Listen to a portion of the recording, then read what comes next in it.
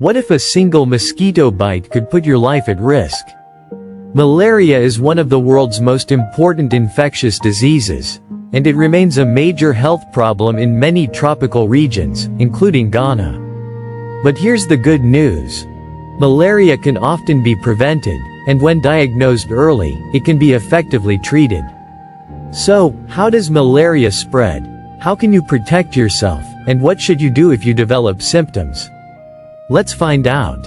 Malaria is caused by microscopic parasites called Plasmodium. The parasites are transmitted mainly through the bites of infected female Anopheles mosquitoes. When an infected mosquito bites you, the parasite enters your bloodstream. It then travels to the liver, multiplies, and eventually infects red blood cells. As the parasites multiply inside the red blood cells, they can cause symptoms such as fever, chills, sweating, headache, weakness, body aches, nausea, and sometimes vomiting.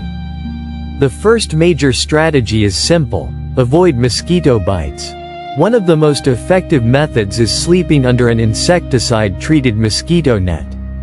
Make sure the net is properly used and covers the sleeping area completely.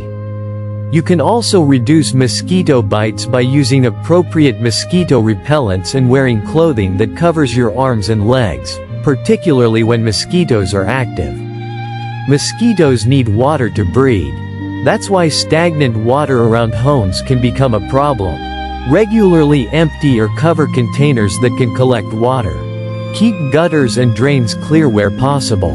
Properly dispose of items such as discarded cans, bottles, and old containers that can collect rainwater. Reducing mosquito breeding sites can help reduce mosquito populations around communities. Malaria can initially look like many other illnesses. Common symptoms include fever, chills, headache, muscle aches, weakness, nausea, and vomiting. Some people may also develop abdominal symptoms. But here's an important point. You cannot reliably diagnose malaria based on symptoms alone. If malaria is suspected, testing is important. If you develop symptoms that could be malaria, especially if you live in or have recently traveled to a malaria endemic area, seek medical attention.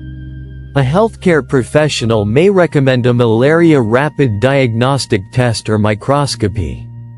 Testing helps determine whether malaria is actually present and can help guide appropriate treatment.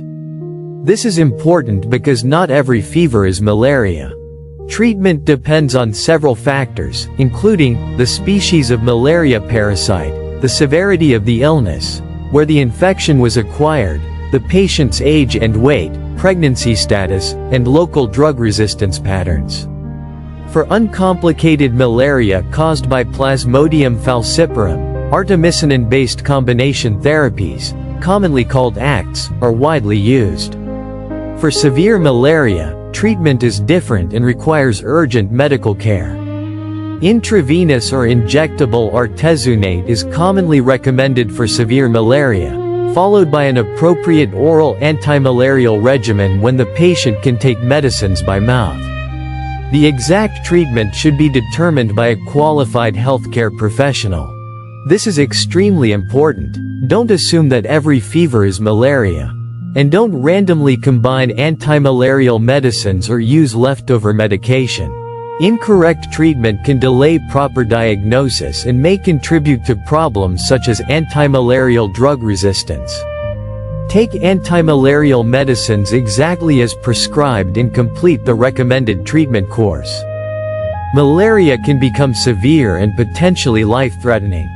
Seek urgent medical care if someone with suspected or confirmed malaria develops symptoms such as confusion or unusual behavior, seizures, difficulty breathing, severe weakness, loss of consciousness, persistent vomiting, inability to drink, or other signs of severe illness. Children and pregnant women can be particularly vulnerable to serious complications. Don't wait for symptoms to become severe before seeking help. So, remember the 3 key steps. Prevent mosquito bites. Test when malaria is suspected. Treat confirmed malaria promptly with the appropriate medicine. And never forget, a fever doesn't automatically mean malaria, but malaria should never be taken lightly.